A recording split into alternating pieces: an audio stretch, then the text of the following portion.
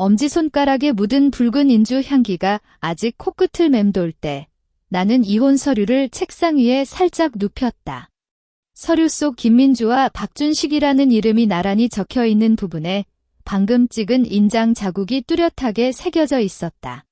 세븐일레븐에서 인장을 맞춘 건 어제였는데 생각보다 이 과정이 너무 쉬워서 오히려 잠시 멍하니 있었다. 핸드폰을 꺼내 시어머니 박순자의 번호를 누른다. 지난 5년간 시어머니는 매번 가족 모임에서 우리 준식, S병원 외과 최고로 잘나가는 의사라고라며 가슴을 펴고 자랑했다. 나는 결혼 초부터 외식업계에서 투자를 시작하며 꾸준히 돈을 모았지만 시어머니와 전남편에게는 그냥 가벼운 아르바이트 하느라 바빠라고 속여왔었다. 이 모든 게 오늘을 위해 준비한 거였다. 여보세요? 민주야? 무슨 일이야?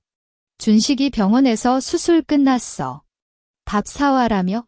시어머니의 목소리가 전화 반대편에서 들려오자 나는 한숨을 참고 말했다. 시어머니, 저는 이혼 서류에 인장을 찍었어요. 잠시 침묵이 흘렀다. 그 후 시어머니의 목소리가 높아졌다. 이혼. 왜 갑자기 이혼이야? 준식이 뭐 잘못했어? 너 이런 식으로 장난치지 마. 장난이 아니에요. 방금 법원 앞에서 서류를 제출했어요. 나는 책상 위에 놓인 병원 주식 양도서 사본을 살짝 눈여겨봤다. 지난 6개월간 S병원의 경영위기를 파악하고 주주들과 협상하며 주식을 모은 건 쉽지 않았지만 모든 게 끝났다. 그리고 시어머니, 준식 오빠가 다니는 S병원. 저는 그 병원을 전부 샀어요. 전화 반대편에서 갑자기 물건이 떨어지는 소리가 들렸다. 그 후 시어머니의 비명 같은 목소리가 들려왔다. 뭐? 너 말하는 거 뭔데? S병원을 샀다고? 너 그 정도 돈 있니? 장난도 이렇게 치냐? 장난이 아니라 시어머니. 주식 양도서도 받았고 내일부터 원장님과 인수 절차를 마치는 거예요. 나는 목소리를 차분하게 유지했다.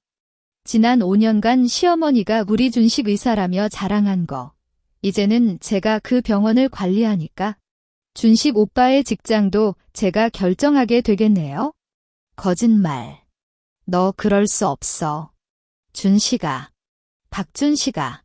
시어머니가 갑자기 전남편의 이름을 외치며 소리쳤다. 내 아내가 미쳤어. S병원을 샀다고 떠드는 거야. 이거 뭔 짓이야. 나는 전화에서 들려오는 시어머니의 혼란스러운 소리와 함께 스스로도 모르게 입꼬리가 살짝 올라갔다. 과거 시어머니가 너는 우리 준식에게 못 미치는 거 알지? 돈도 못 벌고 집도 못 지키는 년이라고 말했을 때의 모습이 떠올랐다. 시어머니, 혹시나 불신하시면 준식 오빠에게 물어보세요. 혹은 내일 S병원 로비에 와도 돼요. 인수 기념식을 할 거예요. 아이고 이런. 정말 미쳤구나.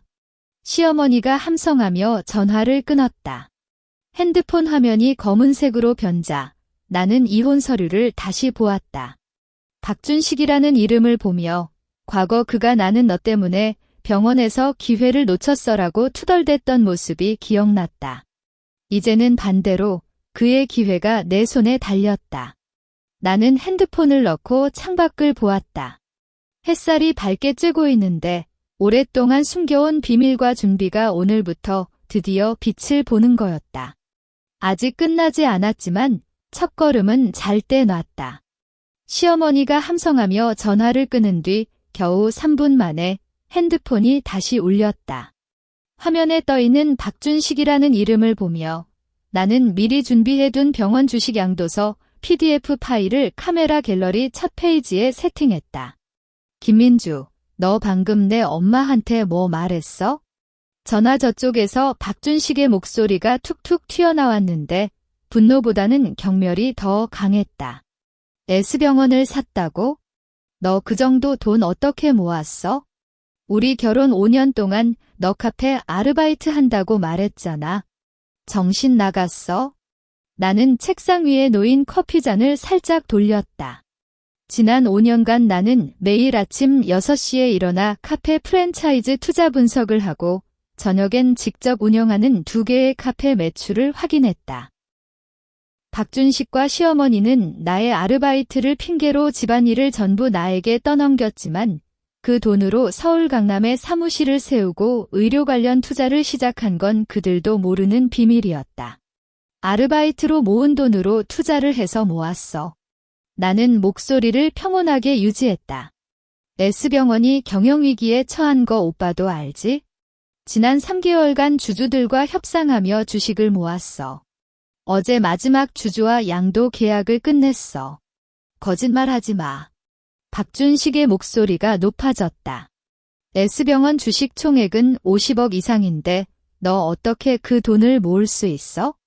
너 아마 인터넷에서 사온 위조 문서로 속이려는 거지? 나는 미리 준비한 주식 양도서 사진을 보냈다. 문서 상단에는 S병원 공식 로고가 있고 중간에는 주주 이름과 양도 금액, 그리고 법적 인증 서명이 뚜렷하게 찍혀 있었다. 문서 확인해. 내일 오후 2시에 병원 원장님과 인수 절차를 마치는 거예요. 오빠도 와도 돼. 직접 확인하려면? 전화 저쪽에서 잠시 쓱쓱한 소리가 들렸다. 아마 박준식이 사진을 확대하며 세밀히 보고 있는 걸까? 그동안 그는 나에게 돈 버는 건 남자의 일이라며 내 경제 활동을 전혀 궁금해하지 않았는데 이제야 그의 무관심이 얼마나 큰 실책이었는지 깨닫는 걸까? 이 문서도 위조할 수 있어? 박준식의 목소리가 약해졌지만 여전히 부정하려 했다.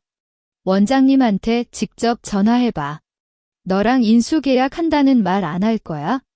그럼 지금 걸어봐. 나는 창밖을 보았다. 건물 사이로 비치는 햇살이 눈에 살짝 아팠다. 원장님 번호는 02XXXXXXX지? 저는 어제 저녁 8시에 원장님과 식사를 했고 내일 절차에 대한 이메일도 보냈어. 문서 오빠 지금 걸면 김민주 씨와 인수계약 진행 중이라고 답을 듣게 될 거예요. 잠시 침묵이 흘렀다. 그 후 박준식이 탁자에 손을 쳐 맞는 소리가 들렸다. 김민주, 너 왜 이러는 거야? 우리는 이혼하긴 했지만 그래도 5년간 부부였잖아. 병원을 사서 나를 괴롭히려는 거야? 괴롭히는 건 아니에요. 나는 손가락으로 핸드폰 케이스를 살짝 문지렸다. 그냥 과거 5년간 나에게 했던 일에 대한 정산이에요. 시어머니가 우리 준식 의사라며 자랑할 때, 오빠가 너는 집안일만 잘하면 되라고 말할 때, 그때 생각지 못했을 거야? 내가도 이런 날이 올 줄. 정산. 너 그래도 너무 심해. 박준식이 소리쳤다. 나 지금 병원에 갈 거야. 원장님한테 직접 확인하고 너의 속임수를 뚫어낼 거야. 그래요, 오빠. 잘 가세요. 나는 입꼬리가 살짝 올라갔다. 그런데 오빠, 내일 인수 절차 끝나면 나는 병원 경영에 관한 모든 결정을 내리게 돼. 오빠가 지금 병원에 가서 원장님을 괴롭히면 앞으로 어떻게 될지 상상해 보세요. 전화에서 박준식의 숨소리가 거칠게 들렸다. 그가 이제야 현실의 무게를 느끼는 건지?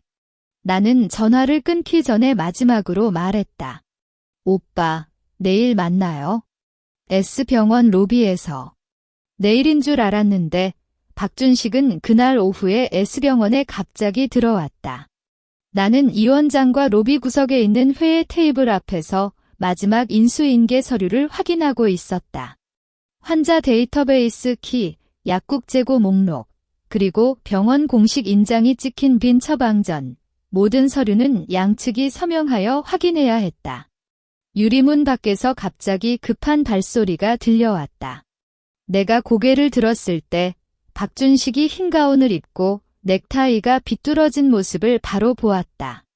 그의 흰 가운 주머니에는 청진기의 고무관이 드러나 있었다. 분명히 진료실에서 바로 뛰어온 것이었다. 이 원장님. 그가 유리문을 밀치고 조용한 로비에서 소리가 울려 퍼졌다. 주변에 대기 중인 환자들과 간호사들이 깜짝 놀랐다. 누군가는 무의식적으로 휴대폰을 꺼냈다. 어떻게 그녀와 계약을 하셨습니까? 그녀는 제 전처입니다. 의사 면허도 없는 사람이 어떻게 병원을 살 수 있겠습니까? 이 원장은 펜을 내려놓고 안경을 고치며 표정이 다소 난처해 보였다. 나는 방금 서명한 인계 확인서를 테이블 모서리로 살짝 밀고 일어섰다. 오늘은 허리를 조이는 검은색 정장을 입었는데 그것은 그에게 지금의 내가 매일 부엌에서만 돌아다니며 넌 뭘 알아라고 말했던 김민주가 아니라는 것을 보여주기 위해서였다.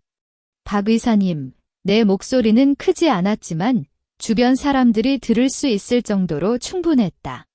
첫째, 나는 의료산업 투자 자격이 있으며 이것은 법무부에서 인증한 서류로 방금 이 원장님께 보여드렸습니다. 둘째, 지분 인계는 어제 완료되었고 지금 병원의 등록 소유자는 저입니다. 보건복지부 공식 사이트에서 확인하실 수 있습니다. 업데이트 시간은 오늘 오전 10시입니다. 박준식의 얼굴이 순간적으로 자줏빛으로 변했다. 그가 몇 걸음 테이블로 달려와서 손을 뻗어 그 서류를 잡으려 했다. 나는 한 발 먼저 서류를 서류철에 넣었다. 그의 손가락이 서류철 가장자리를 스쳐 지나가서 테이블 위 커피잔을 거의 넘어뜨릴 뻔했다. 이건 불가능해. 당신은 분명 무슨 수를 썼을 거야. 이 원장님, 당신은 제 아버지와 대학 동창이시잖아요. 어떻게 외부인을 도와 저를 속일 수 있습니까? 준씨가 이 원장이 한숨을 쉬며 서랍에서 인쇄된 지분 변경 통지서를 꺼냈다. 내 아버지는 지난달에 병원이 양도된다는 것을 알고 있었고 자신이 가진 지분도 팔았어. 민주 씨에게 판 게 아니라 다른 투자자에게 판 거야. 병원이 이 2년간 너무 많이 적자를 냈어. 나도 어쩔 수 없었어. 민주 씨의 제안은 모든 의향 있는 당사자들 중 가장 합리적이었고 그녀는 기존 의료 인력을 해고하지 않겠다고 약속했어. 이게 최선의 결과야. 박준식이 멈춰서서 눈을 크게 뜨고 마치 병원 적자 소식을 처음 듣는 것 같았다. 나는 그런 그의 모습을 보며 갑자기 좀 우습게 느껴졌다. 그는 이 병원에서 주치의로 5년 동안 일했지만 재무보고서에는 한 번도 관심을 가지지 않았다. 매일 수술대에서 어떻게 인기를 끌지, 간호사실의 여자아이들과 어떻게 농담할지만 생각했다.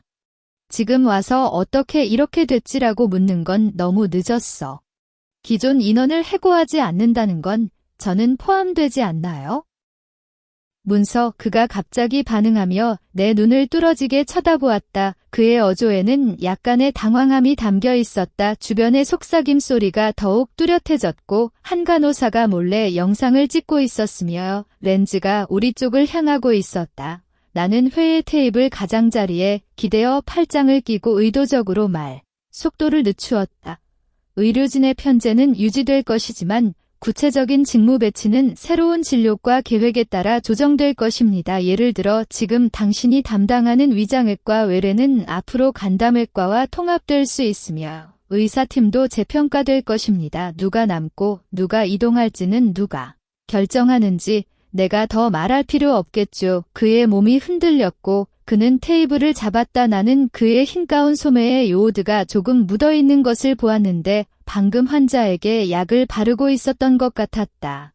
너 이건 복수야. 우리가 이혼했기 때문에 내가 내 경력을 망치려는 거야. 복수. 나는 웃음을 터뜨리고 가방에서 휴대폰을 꺼내 앨범 속 사진 한 장을 열었다. 지난 겨울 그가 한 간호사와 병원 지하 주차장에서 포옹하는 사진이었고 배경에는 그의 차가 있었다. 나는 그때 이 사진을 보고 이불 속에 숨어 밤새 울었지만 지금 다시 보니 그냥 무감각할 뿐이었다. 나는 그저 새 보스로서 해야 할 일을 하고 있을 뿐이야. 오히려 너 작년에 직무를 이용해 부하와 애매한 관계를 맺었고 환자가 3번이나 불평했는데 이 기록들은 모두 인사기록에 있다. 내가 꺼내서 모두에게 보여줄까? 그의 얼굴이 순식간에 창백해졌고 그는 허둥지둥 내 휴대폰을 빼앗으려 했지만 달려온 경비원이 막았다. 이 원장이 일어나 주변의 환자와 직원들에게 말했다. 모두 걱정 마세요. 그냥 정상적인 인수인계 사항일 뿐 진료에 영향 없습니다. 모두 잠시 대기실로 돌아가시거나 간호사에게 진료 시간을 확인해 주세요. 군중이 서서히 흩어졌지만 누군가는 뒤돌아보았다.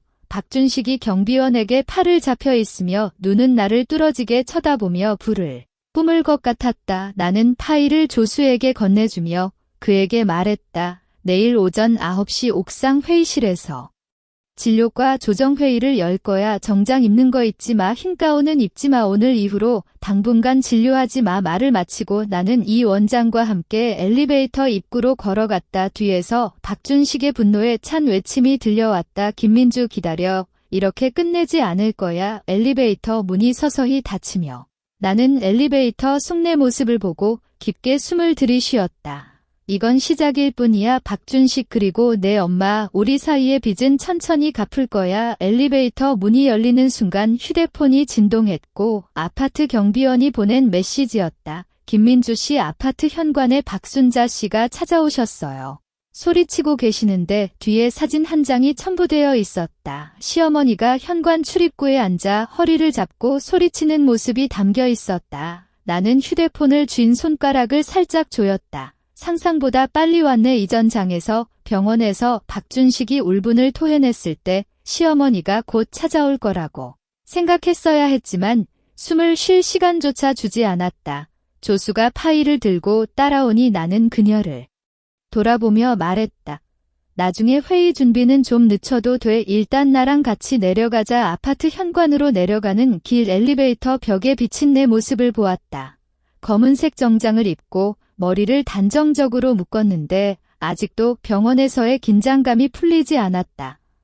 5년 전 처음 이 아파트에 왔을 때 시어머니는 이런 고급 아파트는 우리 준식이 버는 돈으로 살 수 있는 거야. 너는 그냥 얹어 산 거다라고 말했었다. 그때는 입맛을 참고 고개를 숙였지만 이제는 달라졌다. 현관 문을 열자 시끄러운 함성이 먼저 날아왔다. 김민주 너 이 배은망덕한 년 우리 가족을 어떻게 이렇게 괴롭힐 거야. 시어머니가 마루에 앉아 바지를 찢고 허리를 두드리며 소리쳤다. 주변에선 이웃들이 창문을 열어 내려다보고 어떤 사람은 휴대폰으로 녹화까지 하고 있었다. 시어머니 여기는 아파트 현관이에요. 다른 사람들에게 피해가 갑니다. 나는 걸음을 멈추고 차갑게 말했다. 무슨 일이 있으면 차분히 얘기하세요. 차분히 어케 차분히 해. 시어머니가 일어나 달려왔지만 보안관이 격리시켰다. 그녀의 눈은 충혈되어 있고 머리카락도 뒤죽박죽이었다. 너는 어떻게 S병원을 샀어? 그 돈은 분명히 불법적으로 모은 거다. 우리 준식이 그 병원에서 오래도록 일했는데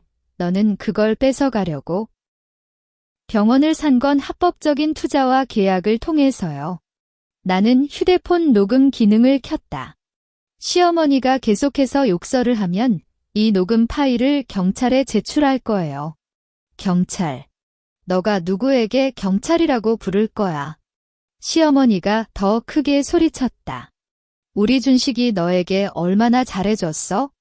결혼 후 내가 아무것도 안 해도 집에서 편안하게 살게 해줬잖아. 이제는 병원을 사서 그를 괴롭히는 거야? 이런 불륜한 년. 나는 웃음이 터졌다. 편안하게 살았다고? 시어머니, 지난 5년간 나는 매일 아침 5시에 일어나 아침 식사를 차려주고 오후엔 집안 청소와 세탁을 다 끝내고 저녁엔 준식 오빠가 돌아올 때까지 밥을 기다렸어요. 오빠는 집안일은 여자의 일이라고 말했고 시어머니는 너는 아이도 안 낳고 뭐 하냐고 투덜댔어요. 그게 편안하게 살았다는 거예요? 주변에서 이웃들의 속삭임 소리가 들렸다. 아마도 이런 이야기를 듣고 시어머니의 행동에 반감을 느끼는 사람들이 많을 거라 생각했다.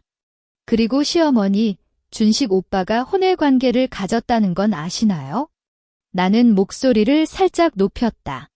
작년 겨울 병원 지하 주차장에서 다른 간호사와 안무하는 모습을 사진으로 찍었어요.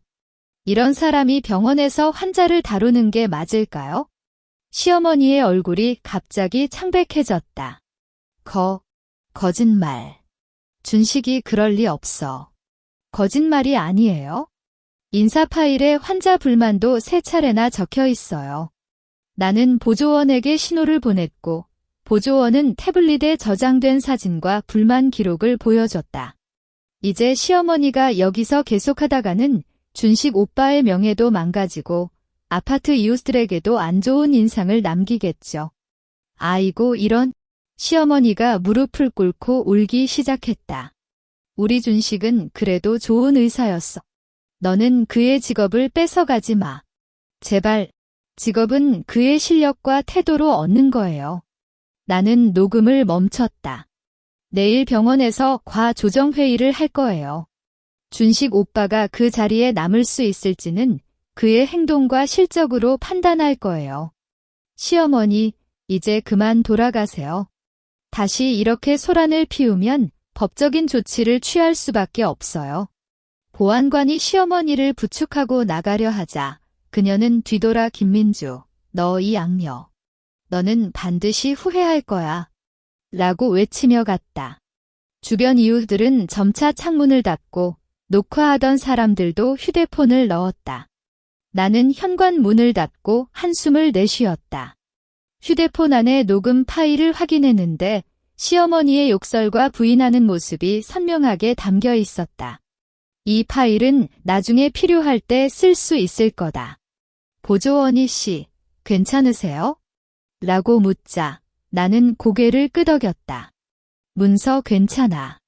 회의 준비해줘. 이제부터는 쉬울 시간이 없을 거다. 엘리베이터를 타고 올라가는 길, 창밖의 도시 풍경을 보았다. 해가 서서히 지고 건물들의 불빛이 켜졌지만 나의 마음은 차갑게 굳어 있었다. 시어머니와 박준식이 이 정도로 쉽게 포기하지는 않을 거라 알았다. 하지만 이제는 나에게 뒤로 갈 길이 없다. 복수는 아직 끝나지 않았다. 다음 날 오전 9시 S병원 지상 10층 회의실. 경영진과 각 부서 책임의사가 모여 부서 조정계획 발표 회의가 시작됐다. 나는 주석에 앉아 앞에 놓인 파일을 살펴보는 사이 회의실 문이 꽝소리 열렸다. 박준식이 검은색 정장을 입었지만 눈 밑은 검고 넥타이는 어긋나 있는 모습으로 들어왔다. 앉아. 나는 목소리를 크게 내지 않았지만 회의실 전체에 울렸다. 박준식은 내 앞 의자에 꼼짝없이 앉고 양손을 무릎에 얹어 놓았지만 손가락이 계속 떨렸다. 이 원장이 먼저 말을 시작했다. 최근 병원이 경영 개선을 위해 부서 구조를 재조정하려고 합니다. 특히 외과 계열은 환자 만족도와 수술 성공률을 기준으로 인력 배치를 바꿀 계획입니다. 그는 프레젠테이션 화면을 돌렸고 화면에 각 외과 의사의 환자 평점과 불만 건수가 나열됐다. 박준식의 이름 옆에는 환자 만족도 62점, 평균 85점, 불만 3건, 직장 윤리 위반 의혹이라고 적혀 있었다. 이게 무슨 말이야? 박준식이 갑자기 일어났다. 나의 수술 성공률은 95% 이상인데 왜 이런 평점을 내놨어? 이 평점은 조작된 거야.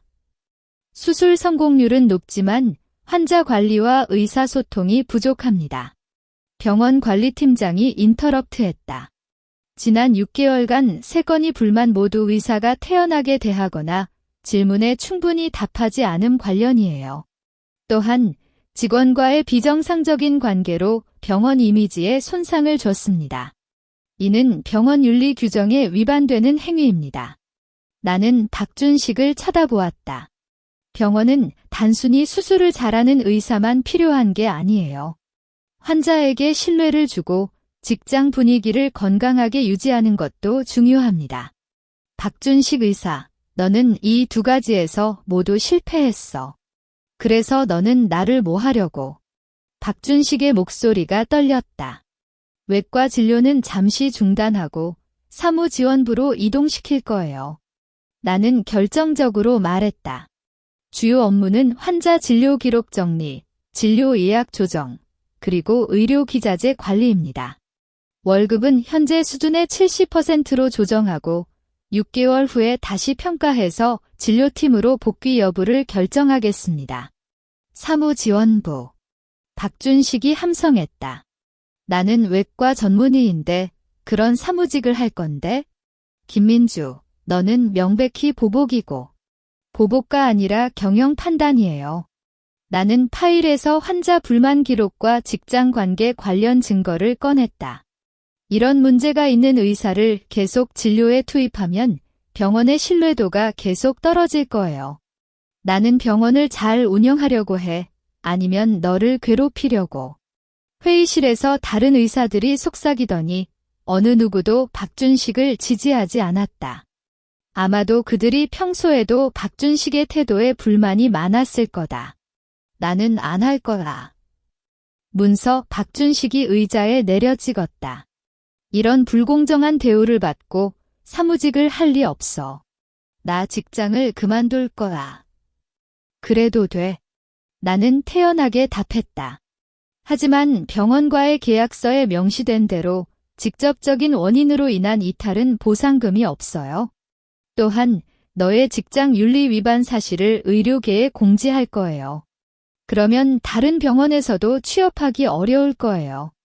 박준식의 얼굴이 갑자기 창백해졌다. 그는 의료계 인맥을 통해 여러 병원에 이직 기회를 탐색했을 거라 생각했지만 만약 윤리 위반 사실이 공지되면 모든 게 물거품이 될 거다. 너는 정말 잔인하다. 그는 목소리를 내리며 말했다. 잔인한 건 너와 시어머니였어. 나는 차갑게 말했다.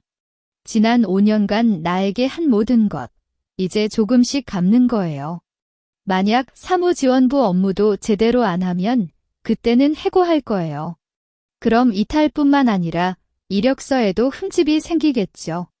이 원장이 박준식 의사, 이제 결정을 내리세요. 회의 시간이 촉박합니다. 라고 말하자 박준식은 무릎을 꿇고 한숨을 내쉬었다. 알았다. 사무지원부로 갈게. 좋아요. 나는 프레젠테이션을 이어갔다. 다음은 내과 진료과 조정에 대해 이야기하겠습니다. 회의가 계속되는 동안 박준식은 의자에 앉아 고개를 숙인 채로 움직이지 않았다.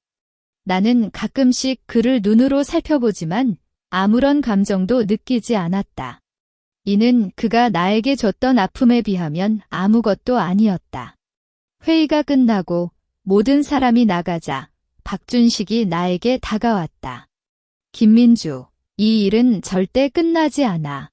너가 내가 겪는 고통을 모른다. 나는 이 병원에서 가장 잘 나가는 의사였는데 그래도 너는 사람으로서 실패했어. 나는 가방을 들고 회의실을 나갔다. 사무지원부 사무실은 3층에 있어. 내일부터 정상적으로 출근해라. 지각하면 월급에서 차감할 거다.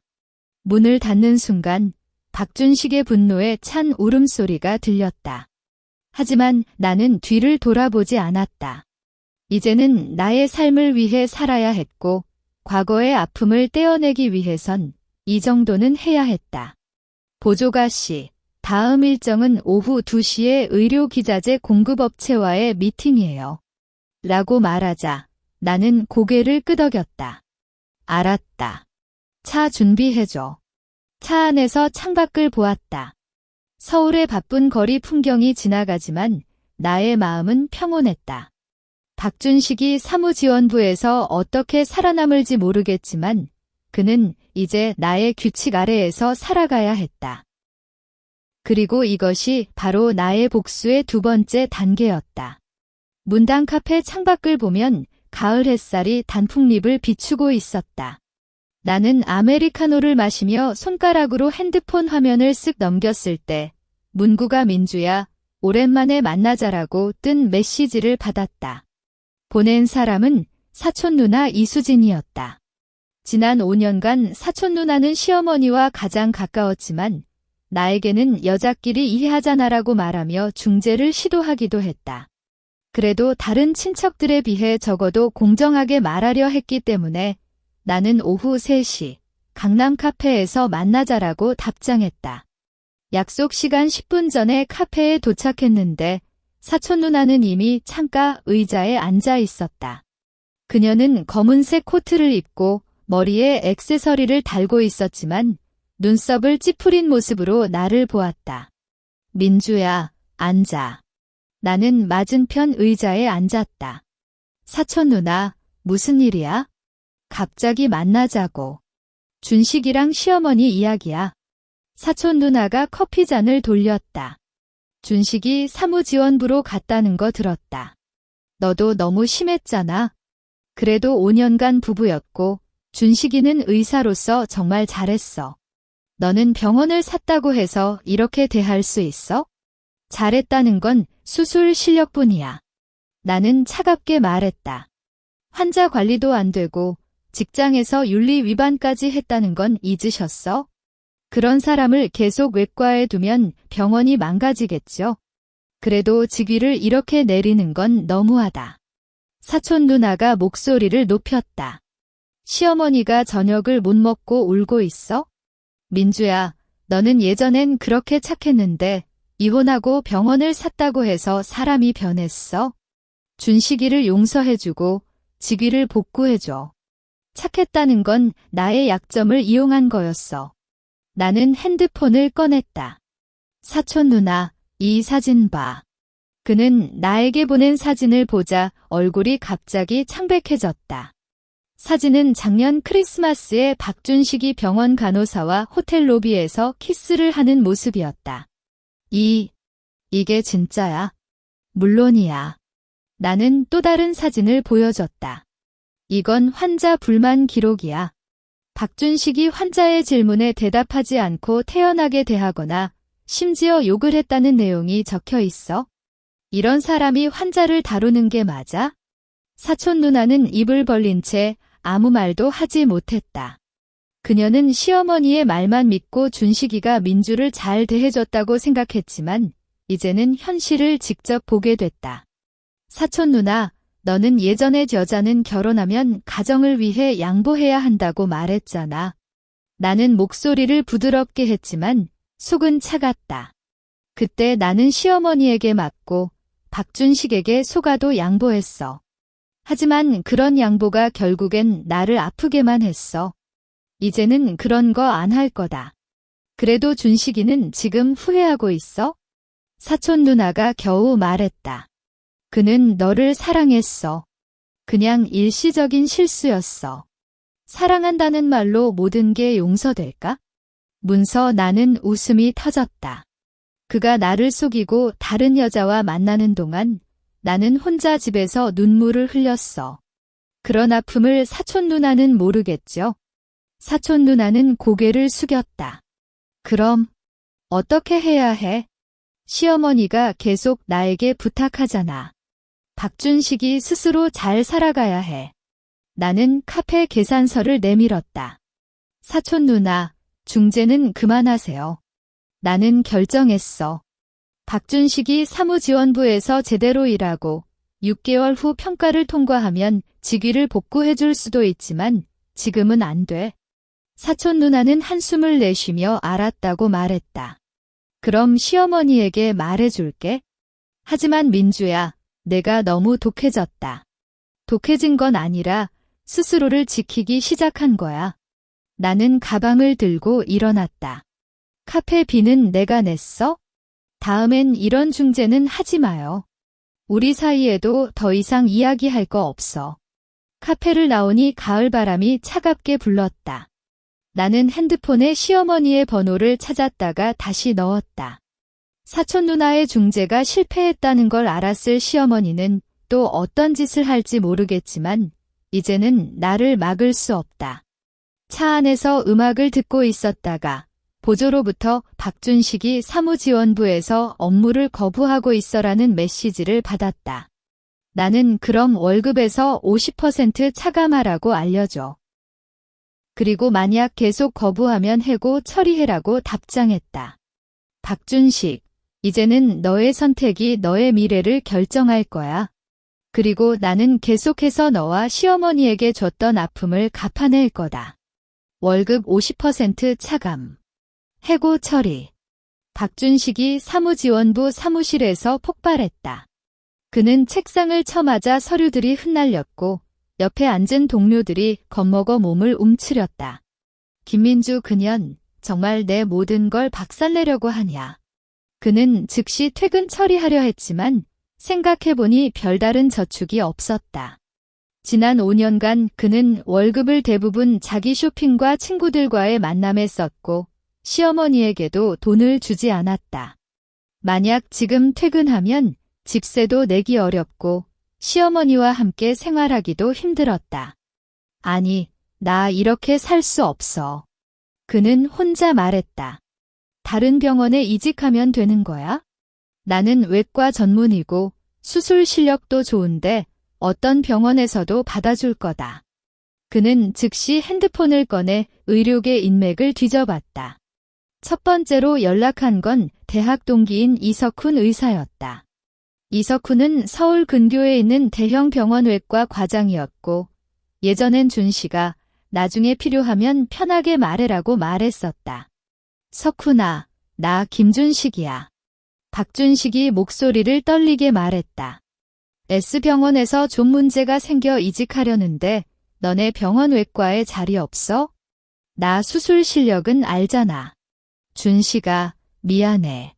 이석훈의 목소리가 뒤늦게 왔고 분명히 어색했다. 우리 병원 외과는 최근 인원을 정원 채웠어. 문서 그리고 최근 의료계에 너 관련해서 특별한 소식이 돌고 있어? 직장 윤리 문제라는데 이런 상태에서 채용하면 병원 이미지에 안 좋아. 직장 윤리 문제? 누가 그런 거 말했어? 박준식이 소리쳤다. 그건 김민주가 헛소문을 퍼뜨린 거야. 거짓말이야. 나도 모르겠어? 그런데 여러 병원 담당자들끼리 카톡방에서 이야기 나왔어. S병원 새 소유주인 김민주 씨가 여러 병원에 연락해서 너의 직장 윤리 위반 사실과 환자 불만 기록을 공유했다고. 그녀가 말했어요. 너를 채용하면 병원 신뢰도 하락을 책임지겠다고. 김민주.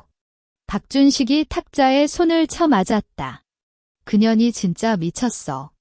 이렇게 내 길을 막아? 전화를 끊고 그는 또 다른 병원 HR에게 연락했다. 하지만 결과는 똑같았다. 박준식 씨, 저희 병원은 김민주 씨의 연락을 받았어요.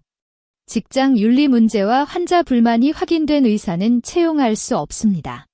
죄송하지만 다른 후보자를 고려하겠습니다. 18개의 병원에 연락했지만 모두 거절당했다. 박준식은 점차 패닉에 빠졌다. 그는 이제야 김민주의 진짜 의도를 깨달았다. 그녀는 단순히 직위를 내리는 게 아니라 그의 의료생애 전체를 망치려고 했었다. 이제 어떻게?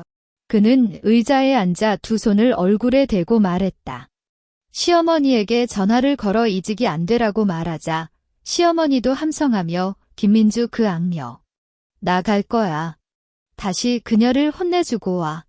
라고 말했지만 박준식은 이미 시어머니의 도발이 아무런 의미가 없다는 걸 알았다. 그날 저녁 박준식은 S병원 주차장에 차를 세워 있었다. 그는 창밖을 보며 나의 차가 주차되는 걸 기다렸다. 약 1시간 후 나의 차가 주차장에 들어오자 그는 급격히 내렸다. 김민주. 그는 나의 차 앞에 서서 소리쳤다. 나는 차를 멈추고 창문을 내렸다. 왜 이렇게 해? 나의 일자리를 망치려고. 일자리는 너 스스로 망친 거야? 나는 차 안에서 차갑게 말했다. 만약 너가 환자를 잘 대하고 직장 윤리도 지켰다면 이런 일이 생기지 않았겠죠? 그래도 너는 너무 심했다.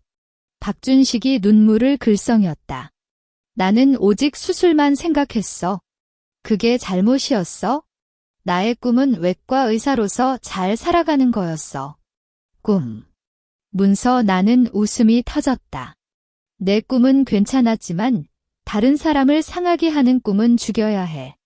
지난 5년간 나의 꿈은 가정을 이루는 거였는데 너는 그 꿈을 깨뜨렸어. 이제는 내 차례야. 그럼 너 도대체 뭘 원해? 박준식이 무릎을 꿇고 말했다. 사무지원부에서 계속 일하게 할 거야? 그럼 그래.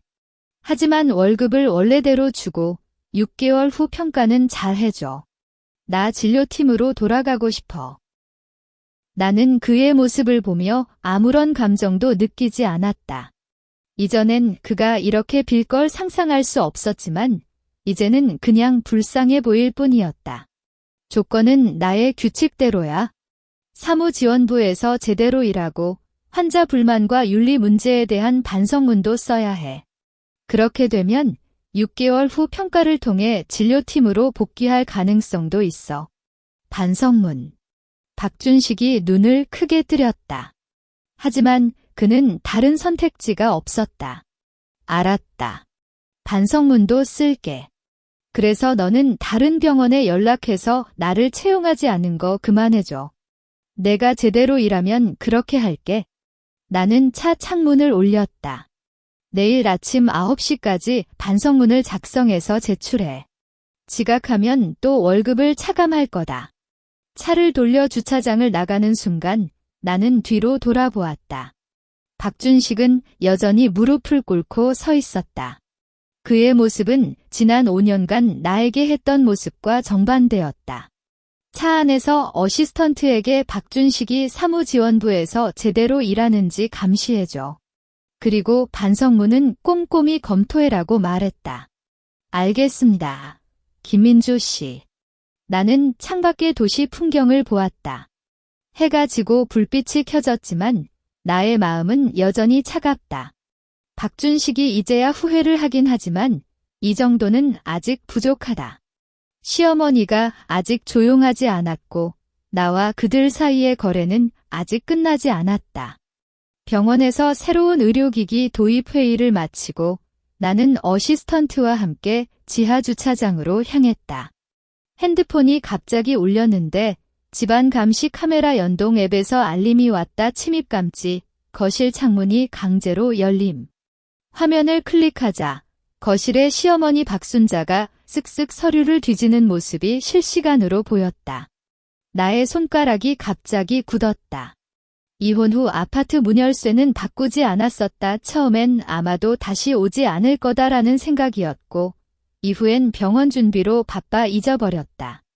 하지만 시어머니가 이 키를 어떻게 가지고 있었는지 곧 생각났다.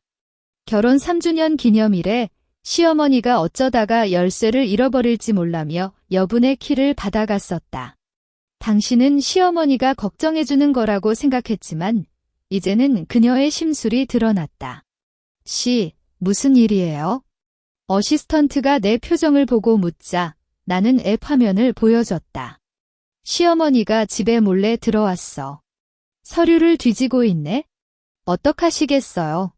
문서 지금 돌아가야 할까요? 응, 빨리 가자. 나는 차 키를 꺼냈다. 동시에 경찰도 불러.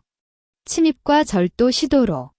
차는 아파트로 향하는 길에서 최고 속력을 내고 있었다. 앱 화면을 보니 시어머니는 거실 책상 서랍을 모두 꺼내고 방장 안까지 들어가서 서류장을 뒤지고 있었다. 그녀는 마치 불법 병원 인수라는 증거를 찾으면 모든 게 뒤바뀔 것처럼 긴장한 표정을 짓고 있었다. 김민주 그년 어디에 숨겨놨어? 시어머니가 혼자 속삭이는 모습이 카메라에 잡혔다. 이 병원 인수 돈 분명히 불법적으로 모은 거야. 계약서에 문제가 있을 거야. 20분 후 차가 아파트 현관에 도착했다. 경찰과 보안관이 이미 현관문 앞에 서서 기다리고 있었다. 김민주 씨, 안녕하세요. 내부에서 아주머니가 서류를 뒤지고 계시는데 입장을 막고 있었어요. 보안관이 긴장하게 말했다. 나는 열쇠로 문을 열었다. 거실에선 시어머니가 책상에 앉아 병원 인수계약서 복사본을 펼쳐보고 있었다. 그건 나가기 전에 의도적으로 책상 위에 놓은 거였다. 시어머니, 여기 왜 왔어? 시어머니가 갑자기 일어나 겁먹은 표정을 짓다가 곧이어 분노로 얼굴을 뒤집었다. 나 왜 왔어? 내가 불법적으로 병원을 샀다고. 이 계약서에 분명히 문제가 있을 거야. 나는 증거를 찾아서 너를 법정에 세우고 병원을 다시 준식이에게 돌려줄 거야. 병원 인수는 합법적이에요. 모든 절차는 법률에 따라 진행했어. 나는 경찰에게 계약서 원본과 주식양도 증명서를 내밀었다. 그리고 시어머니, 여기는 내 집이에요. 몰래 들어오고 서류를 뒤지는 건 침입죄고 절도 시도에 해당해요. 경찰님, 이 증거 감시 카메라 영상과 함께 제출하겠어요.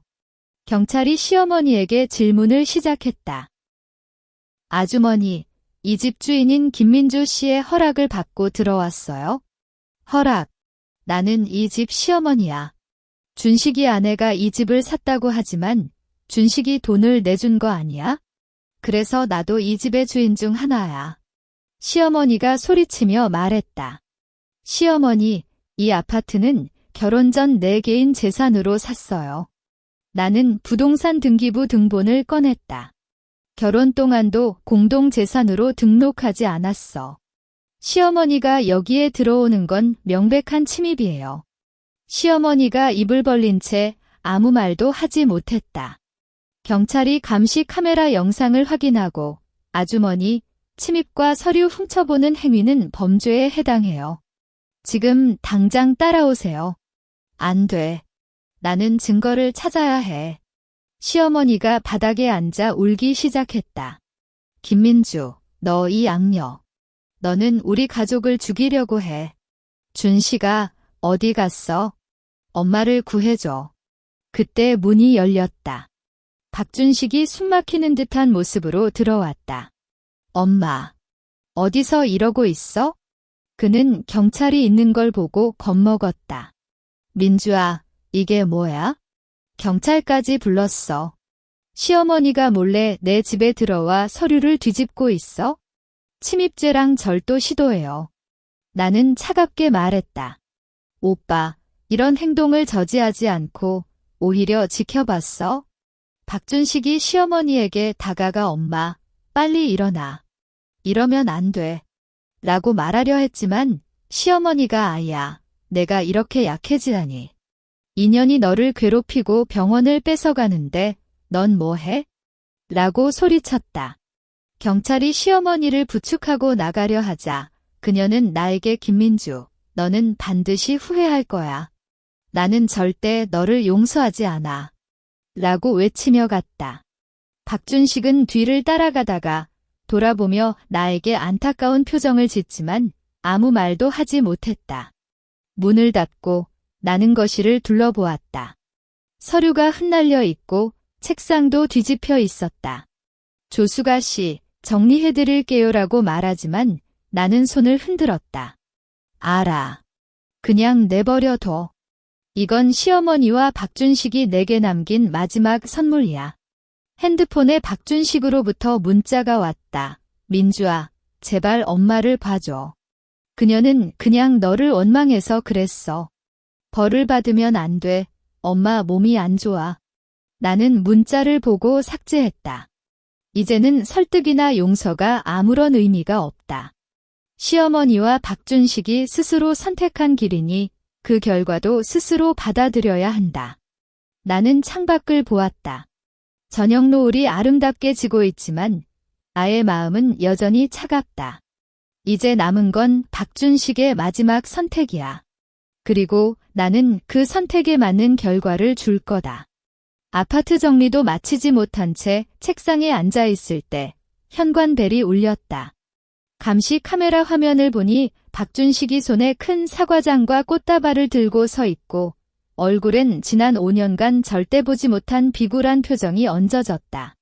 나는 문을 열지 않고 인터폰을 눌렀다. 왜 왔어? 민주아, 제발 문 열어줘. 그의 목소리가 떨리고 심지어 눈물을 글썽이는 모습까지 보였다.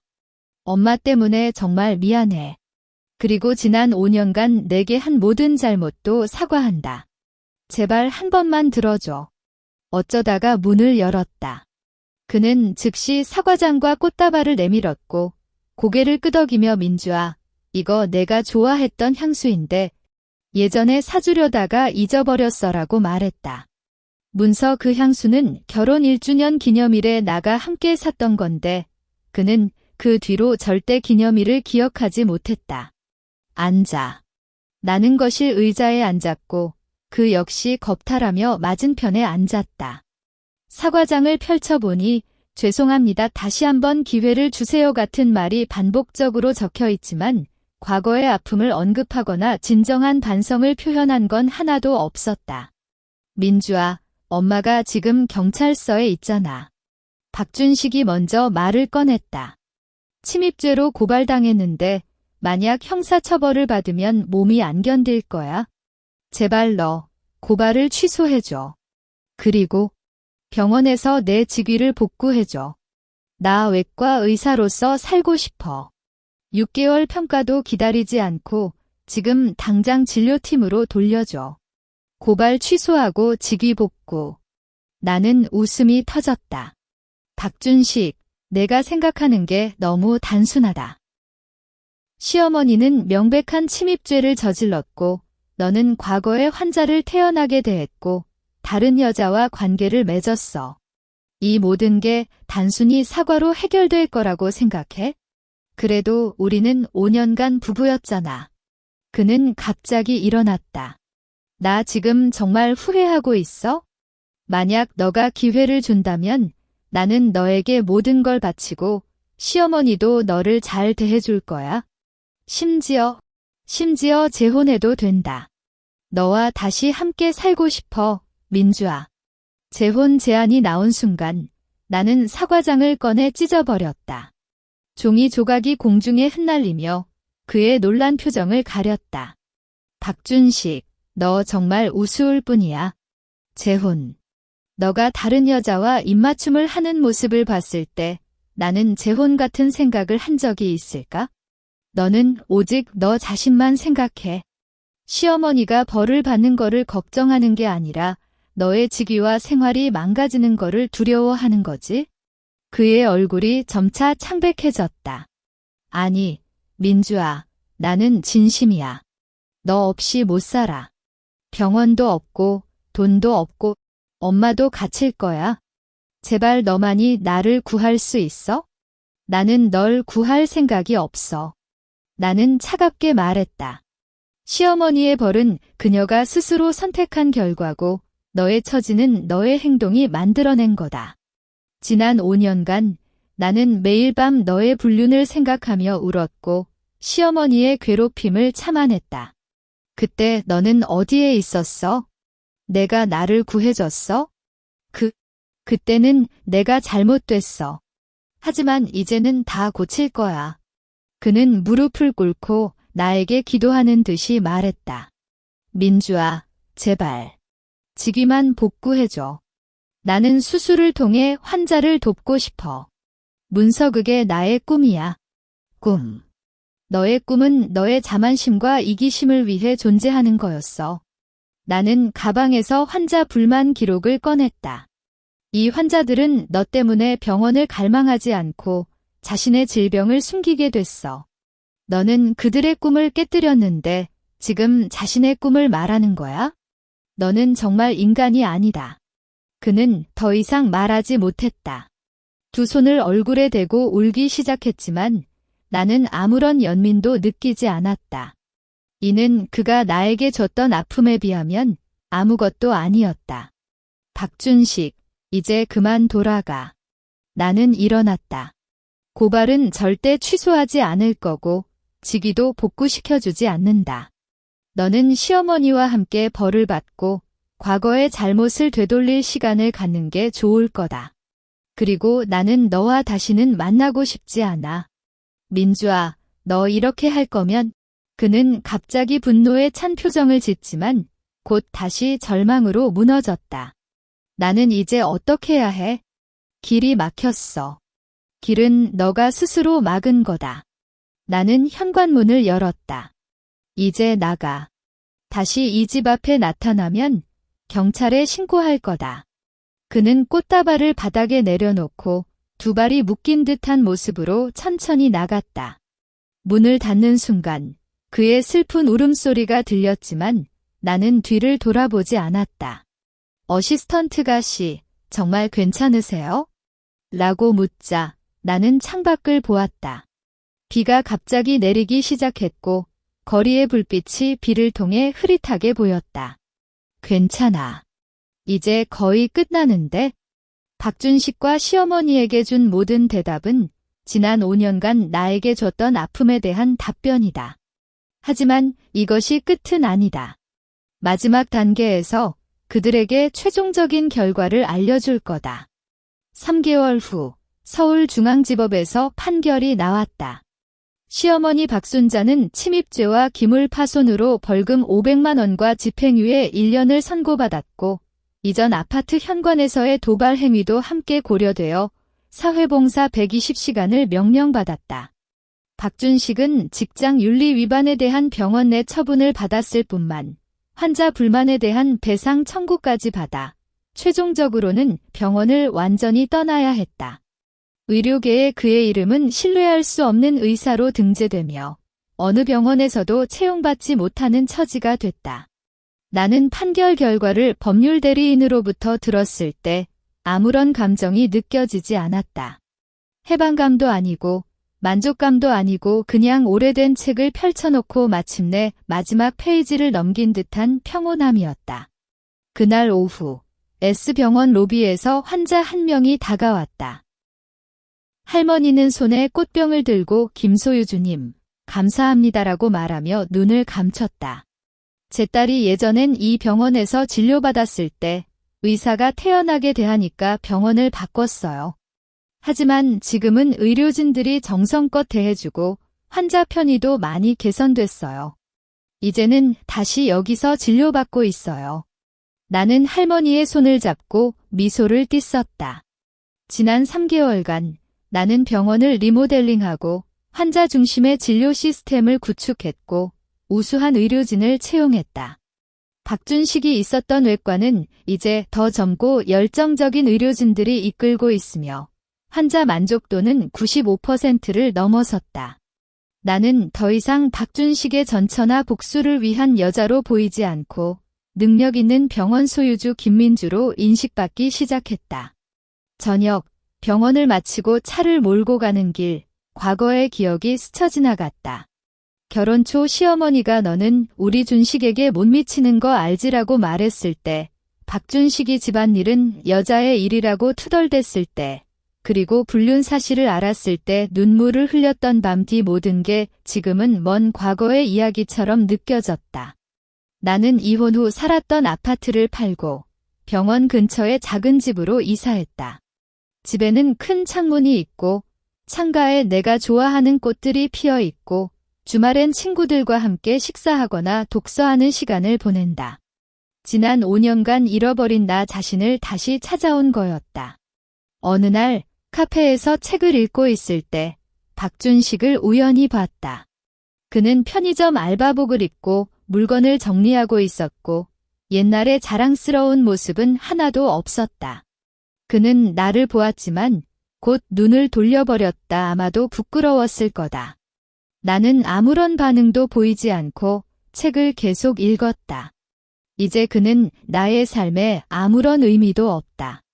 저녁 노을이 창문에 비칠 때 나는 핸드폰을 꺼냈다.